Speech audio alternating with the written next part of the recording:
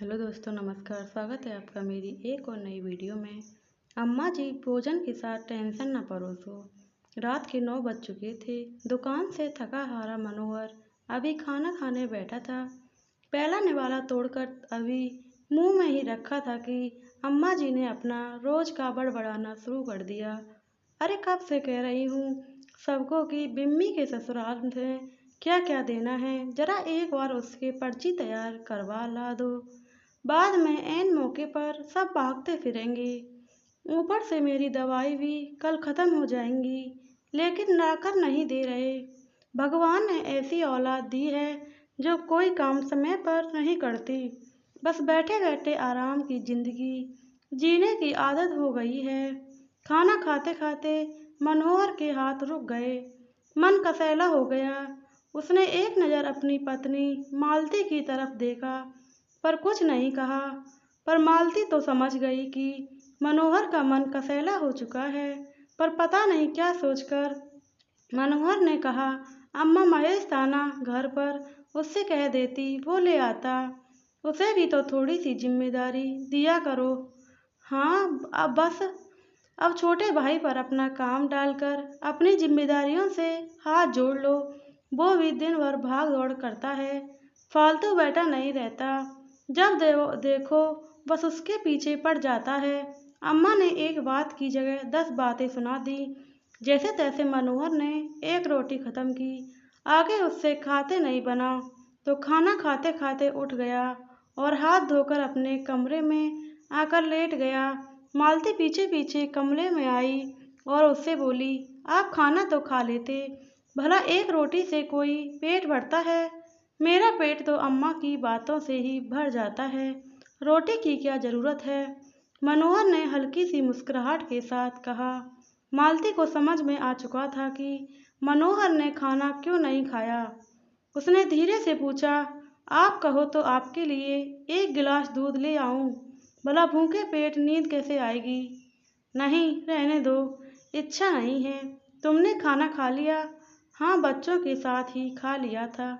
ठीक है, मैं आराम करना चाहता हूँ। सुबह फिर जल्दी उठकर दुकान जाना है। तुम भी अपना काम पूरा कर कर जल्दी से सो जाओ। तुम्हें भी तो जल्दी उठना पड़ता है। कहकर मनोहर बिस्तर पर दूसरी तरफ करवट लेकर लेट गया। इधर मालती चुपचाप रसोई में आई और अपना बचा हुआ काम निपटाने लगी। मालती को सचमुच मनोहर के लिए बहुत बुरा लगता था। अम्मा जी की आदत थी, अक्सर मनोहर तब भी जब खाना खाने बैठता तब कोई न कोई बात को लेकर कलेश कर देती थी। अम्मा जी के 2 बेटे थे, मनोहर और महेश, जबकि एक बेटी बिम्मी थी। तीनों ही बच्चों का विवाह हो चुका था। बड़ा बेटा मनोहर जहाँ एक परचून की दुकान संभालता था और उसकी पत्नी मालती घर संभालती थी, वही छोटा बेटा महेश एक कार रिपेयरिंग की दुकान पर काम करता था और पत्नी ममता एक स्कूल में टीचर थी। दोनों पति पत्नी मिलकर कमाते थे, लेकिन हर महीना एक मुश्त 5,000 रुपये देकर अपनी जिम्मेदारी पूरी कर लेते थे। अम्मा इन्हीं 5,000 रुपयों पर नाज करती थी। इसके अलावा ये सारे खर्च मनोहर को ही करने पड़ते थे, या यूँ कहें कि अम्मा जानबूझकर मनोहर से करवाती थी। उनका मानना था कि मनोहर बड़ा बेटा है तो उसकी जिम्मेदारी ज़्यादा है, जबकि मनोहर का तो पूरा परिवार है। 2 बच्चे, महेश का परिवार तो अभी कहाँ बड़ा है, सिर्फ एक पत्नी ही तो है और सिर्फ मनोहर की तो खुद की दुकान है, जबकि महेश को तो किसी और के यहाँ नौकरी बजानी पड़ती है तो उसे ज़्यादा काम करना पड़ता है। यहाँ तक कि कोई भी काम हो वो मनोहर से ही कहती थी, क्योंकि महेश तो हमेशा यही रोना रोता था। आज तो सेठ जी ने बहुत काम करवाया है, मैं तो थक गया हूँ, शरीर में जान ही नहीं बची है। सचमुच किसी के यहाँ नौकरी करना इतना आसान नहीं होता। जान निकाल लेते हैं आपकी, चाहे उसके बाद वो पूरा समय व्यर्थ करता रहे या अपनी पत्नी के साथ घूमने चले जाए। बम्मी का ससुराल भी पास में ही था और एक संयुक्त परिवार था। आए दिन उसके यहाँ कोई न कोई प्रोग्राम लगा ही रहता था। अब अगले महीने ननद की शादी है, जिसमें इन लोगों को भी पहरामनी के कपड़े देने थे। बस तब से अम्मा मनोहर के पीछे पड़ी है कि वो बिम्मी के ससुराल जाए और वहाँ से पहरामनी की पर्ची तैयार करवा लाए, पर मनोहर को वक्त ही नहीं मिल रहा था। अम्मा जी की बड़ी अजीब सी आदत थी, जब भी मनोहर खाना खाने बैठता उसी समय ये सब बातें शुरू करती हैं, जिसे सुन सुनकर मनोहर खाना खाते बीच में ही उठ जाता। लेकिन अम्मा जी थी कि चुप ही नहीं होती। ढंग से खाना न खाने के कारण मनोहर को बीपी शुगर की बीमारी भी लग चुकी थी। मालती का कई बार मन करता कि अम्मा जी को पलट कर जवाब दे, पर कहे क्या। हर बार मनोहर मना कर देता, क्योंकि अम्मा जी उसके बाद 3-4 दिन तक इस बात को पकड़कर घर में हंगामा करती रहती हैं। अब सब तो अपने अपने कामों से निकल जाते थे, लेकिन मालती को तो घर पर ही रहना होता था। घर मालती अपना काम खत्म कर कमरे में जाकर सो गई। दूसरे दिन सुबह भी रोज की तरह ही चला था। तभी मनोहर नाश्ता करने बैठा। तब फिर अम्मा ने कहा, मनोहर आज तो कैसे भी करके बिम्मी के ससुराल से पर्ची ले ही आना। काम को आगे तक मत डालो, बाद में भागते फिरोगे। अम्मा, मैंने कहा आपको कि मुझे बिल्कुल वक्त नहीं मिल पा रहा, नहीं तो मैं खुद ही उसके ससुराल चला जाता। कभी मना थोड़ी ना किया है आपको, कभी मना नहीं किया, लेकिन अभी तो कर पा रहा है। तू बड़ा भाई है, तू नहीं जाएगा तो कौन जाएगा?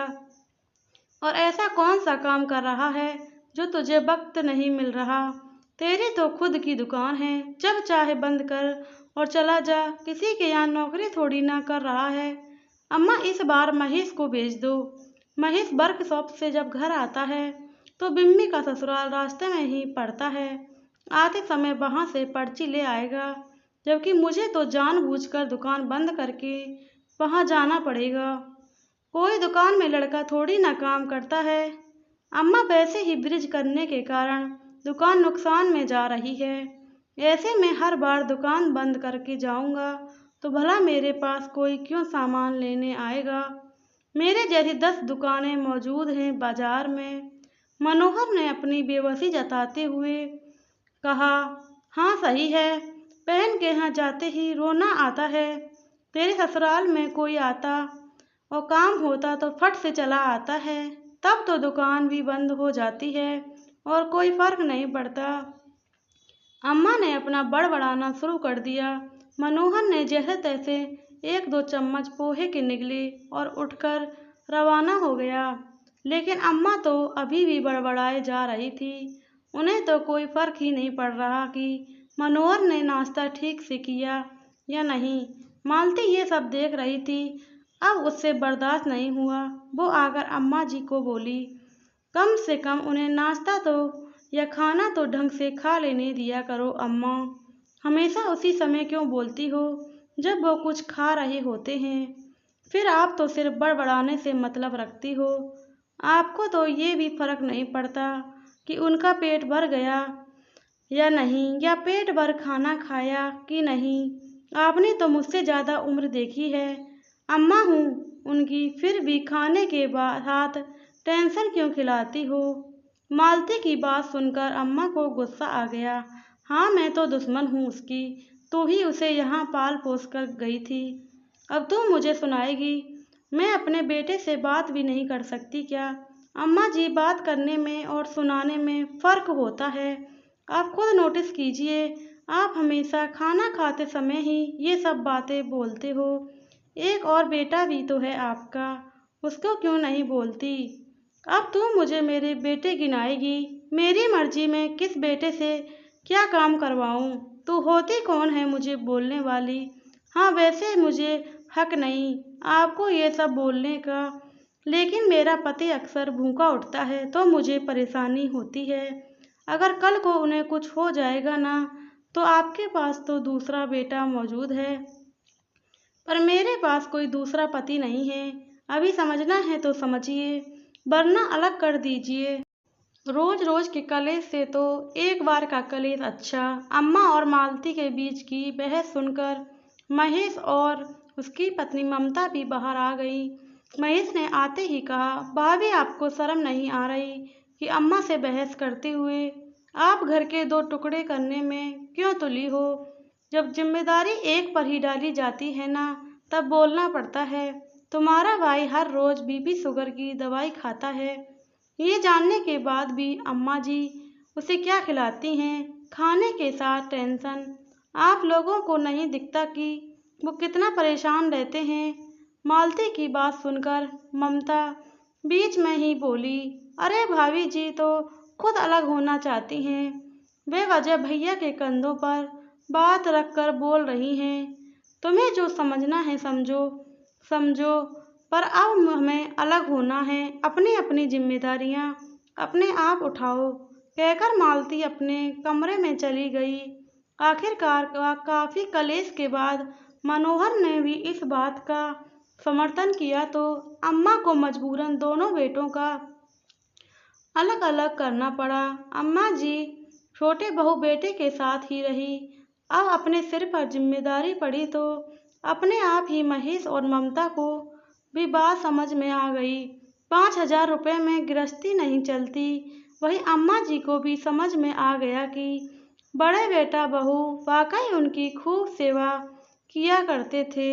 प्लीज़ दोस्तों, कहानी कैसी लगी कमेंट में ज़रूर बताएं। वीडियो अच्छी लगी चैनल सब्सक्राइब करें, वीडियो को लाइक करें, शेयर करना बिल्कुल ना भूलें। जय श्री राम, राधे राधे, जय